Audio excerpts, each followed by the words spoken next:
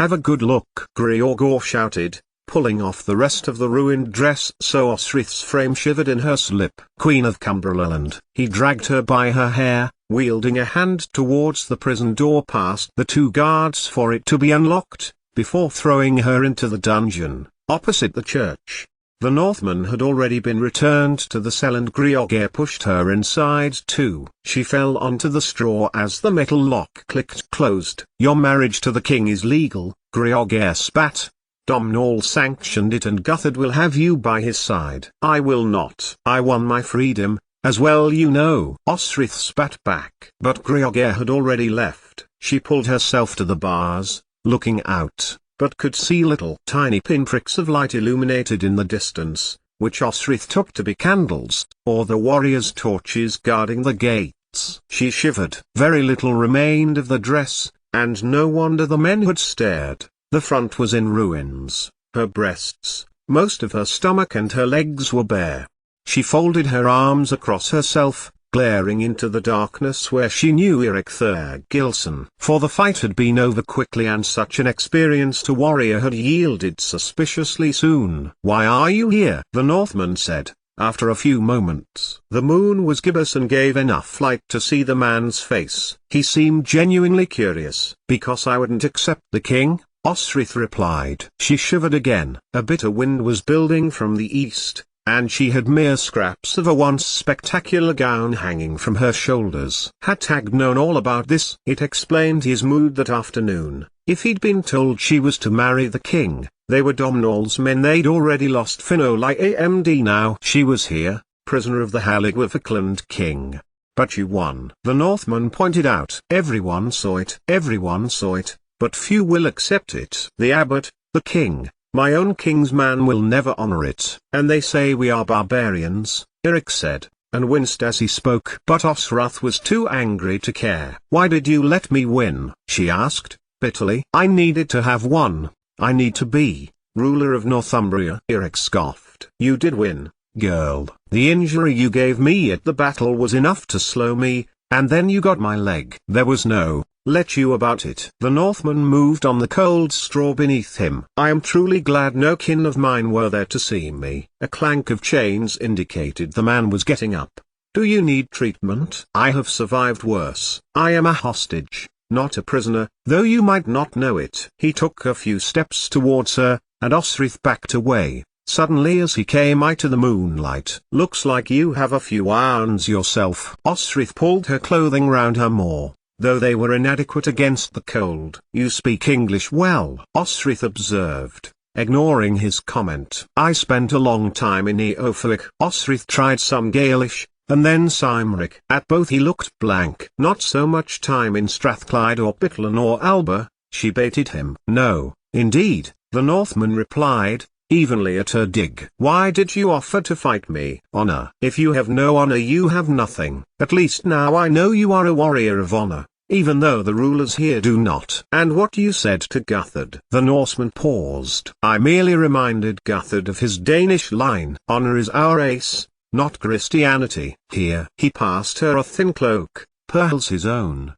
Despite her anger, Osrith reached out for it, bundling it up around her. Thank you. What is thank you in Danish? Tak, said Eric Thurgilson. Tak, repeated Osrith. Then, she sat down in the straw, trying to get warm. The Northman clanked his chains close by. Osrith shuffled back, her hands outstretched. I will do nothing to you, the Northman said. You are a victorious warrior, cruelly treated. Though your body is desirable will not. Tak, Osrith said again, hinching down to a cold night. After a time, when the Northman, too, settled at the other side of the cell, he spoke. Are you really married? Or did you lie to the king? I'm married, Osrith nodded. To one of those Scottish warriors who left tonight, I'm guessing. Yes. Osrith looked down, in the darkness. Her love for Tagged, different from her attachment to Constantine or her bond to Domhnall, was all-encompassing. He filled her senses, filled her mind. She would be with him, heart and soul.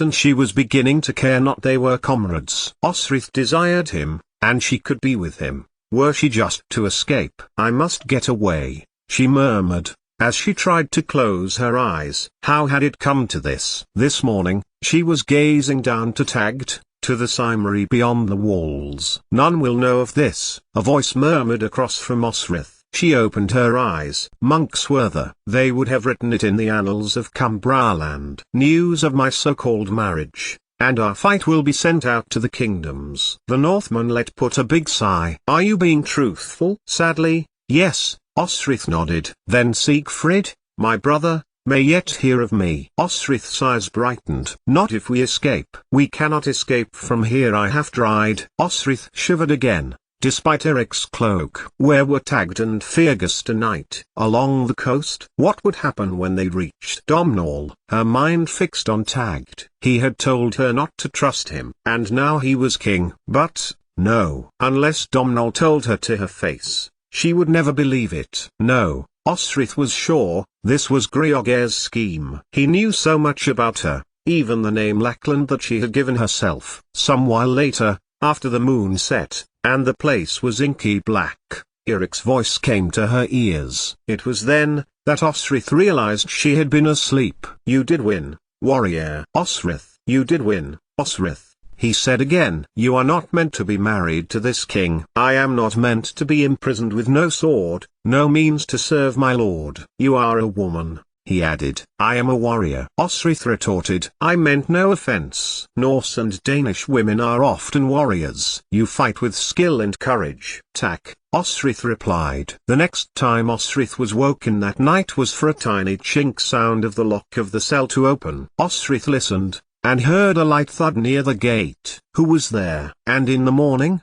she found her own a thick, woolen cloak folded neatly and placed carefully near her feet. 88,888,888. Let me out. Osrith screamed again by the bars of the gates. Since the weak dawnlight, Osrith had shouted. At first, the guards were alerted, and approached as she called in Cymric, Anglish and, if Grioghair was still there, Gaelish. Shout again, a voice called from the monastery, and you will have no food or water this day. Send me Grioghair MacDungal. Osrith changed her shout, but this time, there was no reply. Her clothing looked worse in the daylight. She awoke with Eric looking at her, and she curled herself up inside her cloak, turning her back to him. Osrith was angry. Yet, no one came, not Grioghair, not True, nor even yet Guthard. Eric was let out of the cell, chained, that by two nervous-looking guards. Osrith glanced over to them,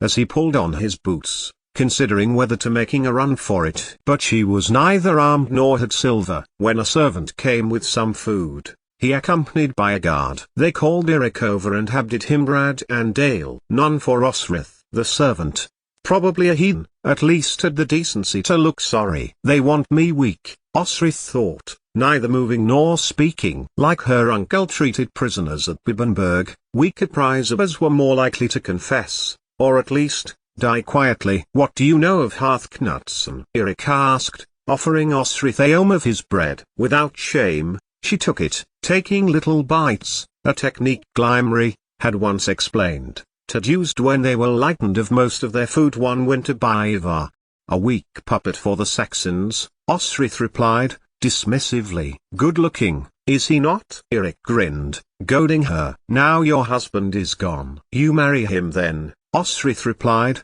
grateful of the ale that the Norseman offered to her, too, trying not to think of Tagged. Eric threw back his head and laughed. I'd rather marry his sister, he mused. Is his sister beautiful? Yes, he conceded, looking interestedly at Osrith. She was, promised in marriage to a lord of Bibbenberg. Osrith froze, but said nothing. Or, so the abbot tells me. But she never married him and ran off with a Dane. He looked at Osrith with very blue eyes. Why not give in to Guthard? You will be released from here. He will treat you well. You will be a queen. I am a Gaelish warrior, Osrith replied. I wish to fight for my king, forever. A king who has abandoned you, who arranged for your marriage as an alliance. Osrith didn't reply. Instead, she stared at the bars again.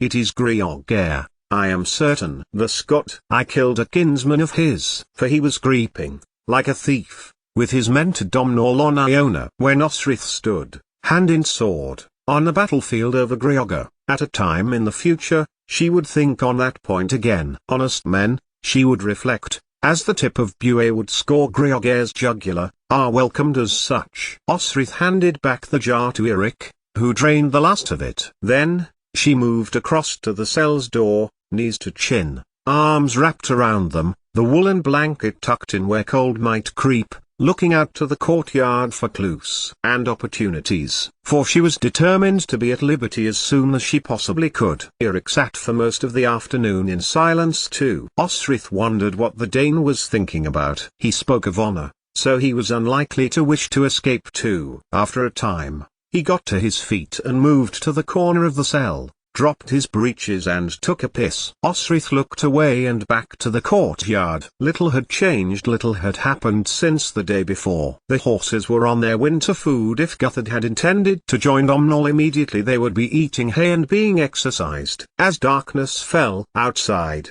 Osrith suddenly got to her feet. Someone she knew was treading her way across the courtyard. "I found these," she said, breathlessly as she pushed them through the bars. "Have you eaten?" "Father thinks you are awfully brave." She said this in Cymric and Osrith replied in kind. "Thank you." There was bread and, surprisingly, wrapped up in a thin cloth, fish, plus boil's water in a stone jar. Osrith's eyes opened wide as she saw it all. "Dialogue for a Cariad," Osrith said, taking Haf's little hand. "You need your strength." And Osrith suspected she knew what the girl meant, for she had insisted in feeding Osrith at risk to herself and her father if she were discovered. Osrith wondered whether she could ask her, and decided that she would. "In my clothing, in the scriptorium, in the pocket," Osrith began. "Was the lily root?" She wanted to continue. "Boil it well and bring it to me, and take the silver,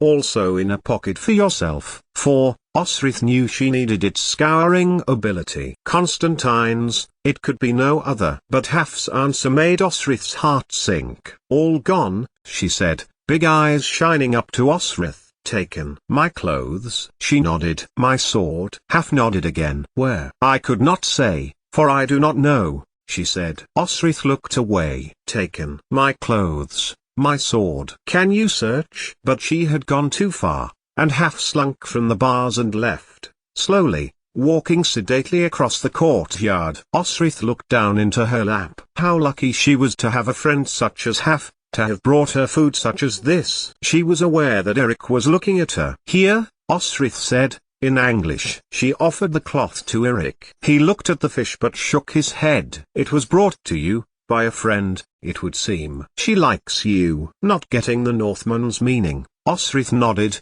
breaking off the bread and using the crust to scoop up the beautiful herring. "Ist oil limskeden," she told the herring, vaguely, telling it Sbe liked the taste of it. Her heart suddenly soared as she thought of Tagd and what she suspected was germinating within her. She could be wrong, but would have taken the root, to be sure. "What did you wish the girl to do for you?" Eric asked. Osrith drew her blanket around herself, biting more of the bread. "That is my business," she replied defensively. Then, after the food began to warm her stomach, conceded, "I wanted my clothes, my actual breeches and jerkin, my boots, my sword." She reached for the stone jar with the water in. "Gone." "Taken by those who wish to curb you here?" "That would make sense," Osrith replied. "Who taught you to fight?" he asked. "The king's household guard." "His general?" Saynid. The man's face appeared in her mind. She would stand by him again, and fight. Of that she was determined. "I was awarded a place in the king's household,"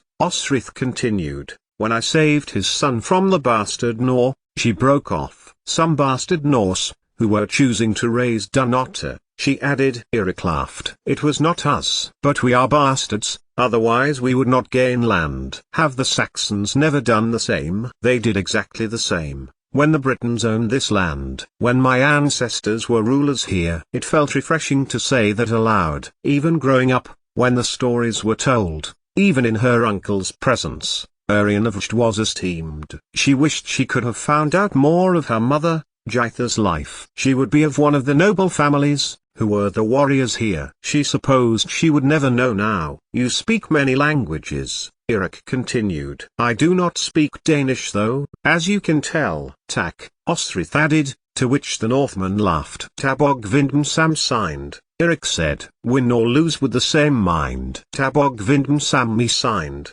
Osrith repeated. You speak as a Saxon, Erik remarked. An angle, Osrith clarified. Like Norse and Danes, different but the same. Like Cymry and Gales, different but the same. She drained the jug and leaned over to the cell's iron gates, placing the jug onto the cold, hard stone and folding up the thin cloth in which the herring had been wrapped.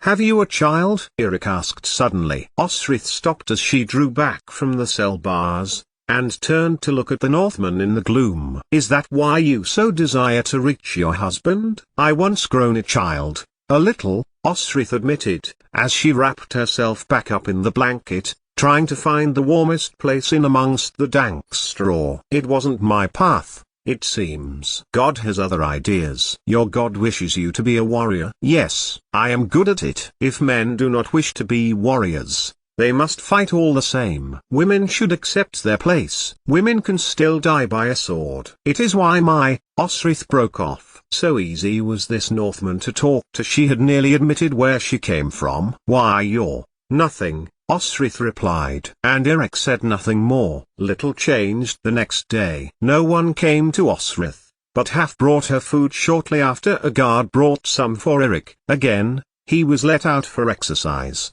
And this was when Haf crept back to Osrith. Here, she whispered, as she pushed another stone jar towards her. As you asked. Lily root water, Osrith thought, then thought about her route back to Dunnottar, imagining as intricate a journey as possible to distract her from the bitter taste.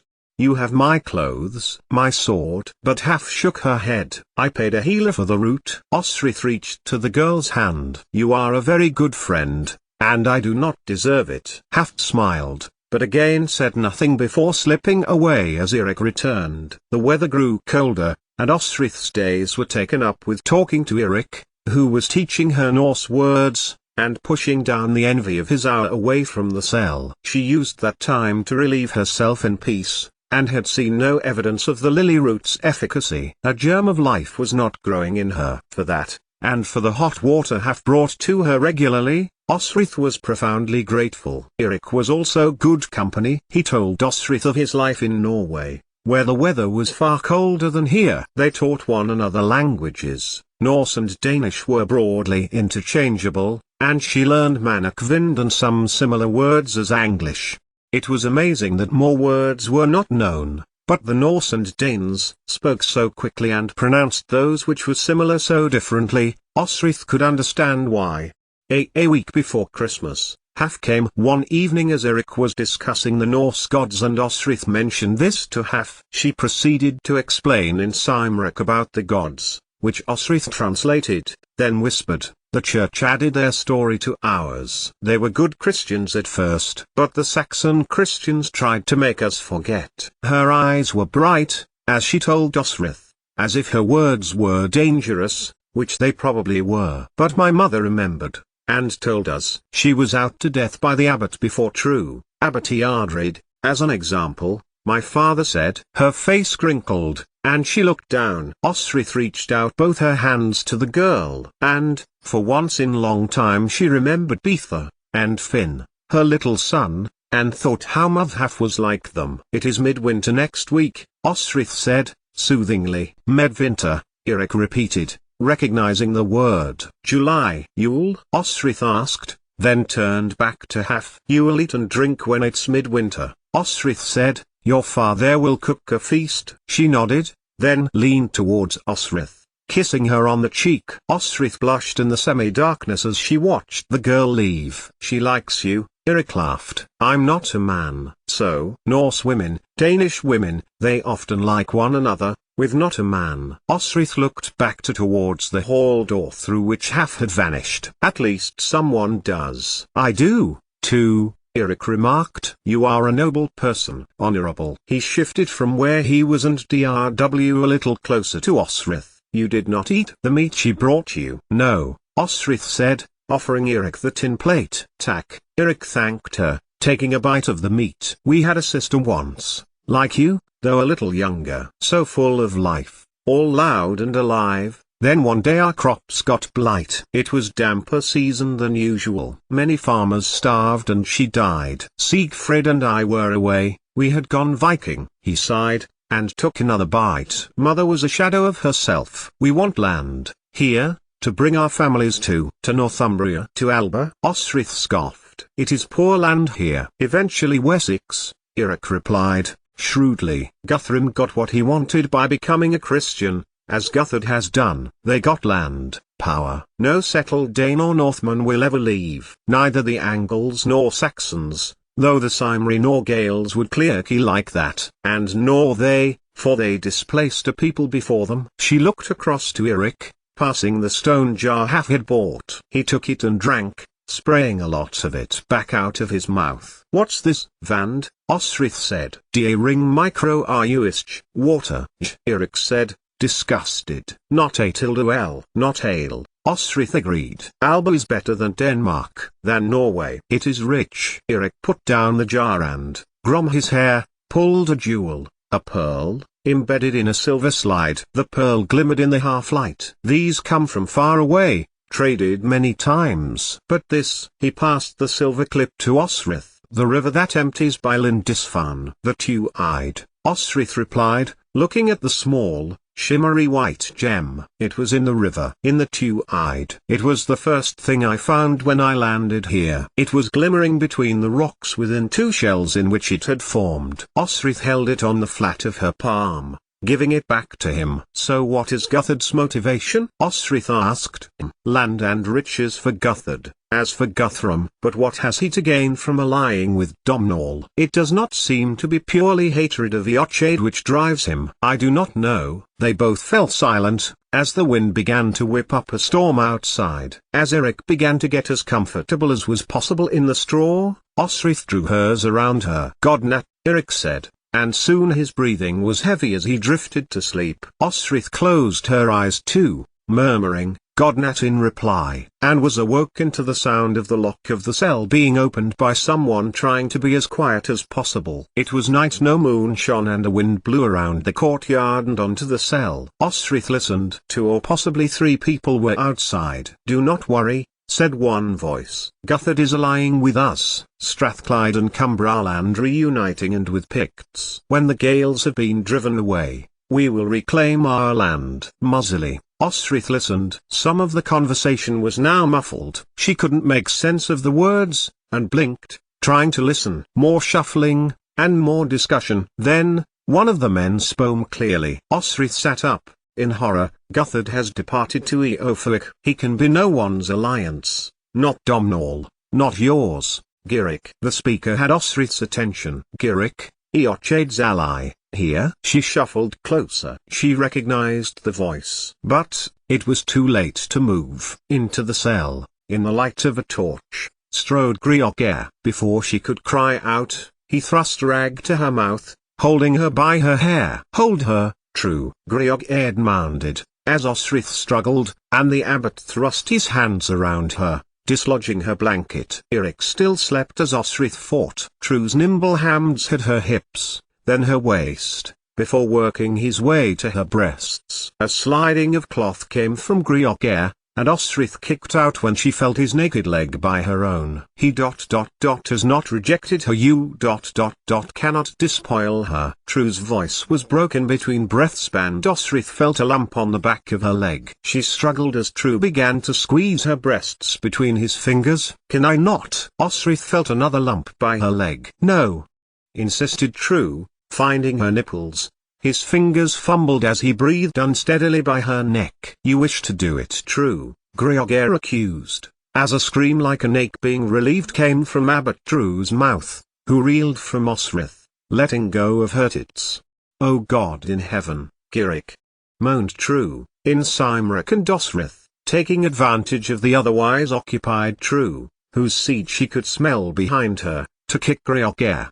"You!" she shouted, jetting free of the gag. You lied, Ted. She was sure of it. So many things suggested the alliance between Domhnall and Guthred was other than it was made out to be, and a Priapic abbot had confirmed it. Greogair was Giric, Alba's joint monarch with Eochaid, unless you are deposed. She tried another hypothesis. Yes, Greogair replied, thrusting his hands on her body. Yes, I killed, and I nearly had the boys Domhnall and Constantine at Glashku, except Eochaid would not allow me to do so. True. Leave us, he hissed, as the abbot scrambled in the straw behind her. You really must not what? Greogair asked, with deliberate slowness. Tell me, true? Touch her body? He grabbed Osrith, who flailed her arms as he pushed beyond the fabric and pressed his fingers to her flesh. Must not hold her ass and squeeze it with my hands. I will say I will marry Guthred, Osrith said,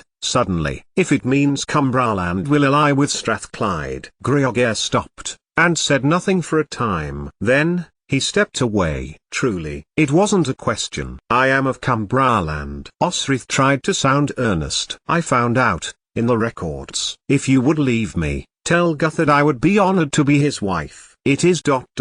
written, True said from beside her, panting a little to recover his breath. It would be well ... They were married in reality as well ... as on ...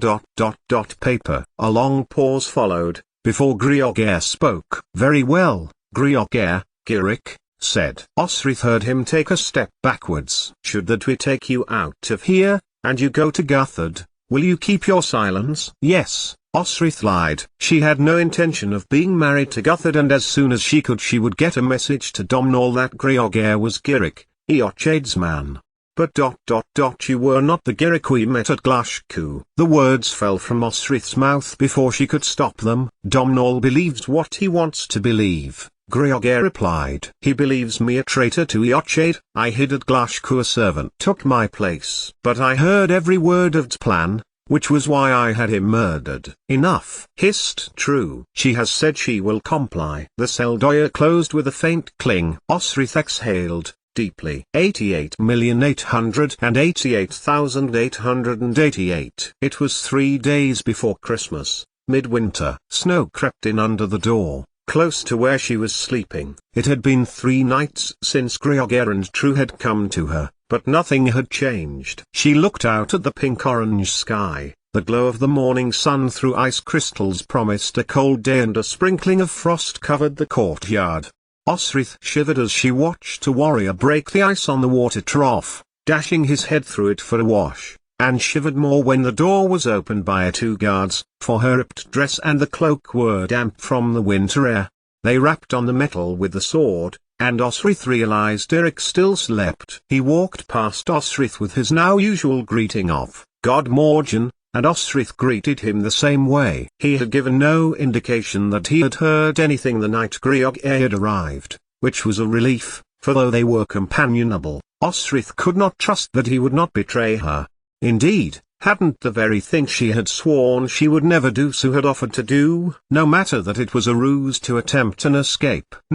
Best that Eric Thurgilson, the hostage Northman, did not know of her plan, which was very awkward that night. Osrith had been studying the key by which the cell was locked. Both guards used similar keys, with little variation in the bit. This suggested to Osrith that the lock was simple to turn. So, rather than sit and freeze when Eric went to sleep, she paced around the cell to keep warm before a thought dawned on her. She had been just about to slide the jeweled piece from the Northman's head when he caught her by both wrists and roaring into her face. Osrith jumped, then whimpered at the sound. When he had established she was not murdering him and was, in fact, about to attempt to use the pearled clasp to make a break from the cell, his anger turned to encouragement and, moving him his chains, brought it out for her. It was in vain, however, and she sat by the door, shivering, until Eric persuaded her to move a little closer, out of the draft. Maybe this would work, or a dash when she was eventually liberated. When he went to go the next morning, for his hour's walk, he fixed the jewel into Osrith's own hair. Keep trying, he whispered, as he passed. And she did. but with no joy. There seemed to be another part of the mechanism she could not get to. After Eric returned, and told her about the July customs, and the little elves called Nis who helped at this time of year, they both watched greenery being brought into the monastery. Half did not come that afternoon, and the day grew worse when it seemed she was being taken away by 2 guards. She kept looking across to where Osrith was looking, the cell, and it looked as if she was crying. She felt a pang of sadness at being unable to help her. When Eric's guards brought his food, Osrith asked after half heathen witchcraft. One said, midwinter magic. The abbot's orders. She is being expelled from the citadel. Osrith watched the guards leave, dumbfounded, and that night, even more determined to escape. When Eric was asleep, exuding big sighs of slumber, she moved to the gate and began to feel the lock again with the clip. By pushing it in, and then out, she could feel movement in the mechanism. A shadow passed over the waning gibbous moon, and Osrith froze, withdrawing back into the shadows. It was nothing, she reasoned after she neither heard nor saw anything else. And, to her joy, one click more meant the gate swung free. Withdrawing the jewel, she pushed it into her hair, then turned the handle of the door. It swung back and Osrith was out into part of the stable yard. But the outer gate was still locked. A footstep beyond and to the right made her stop again, before removing the clip and setting to work on this lock. Osrith's heart beat faster. She was nearly out. The servants had feasted and were long since to bed. To the kitchens first, she planned, get food, and clothing. Then the monastery, get wealth. Then, find half if she could. But flee north as soon as she was able. Another movement and the mechanism was yielding. But it was too late. Feet were approaching faster than she was able to get away from the outer gate, and Greogair saw her, the inner door swinging guiltily behind her. He got open the gate, a grim set to his jaw, catching Osrith as she stumbled back into the straw. Pulling her up by her hair, Osrith screamed as Greogair set about hitting her, about the body and the face.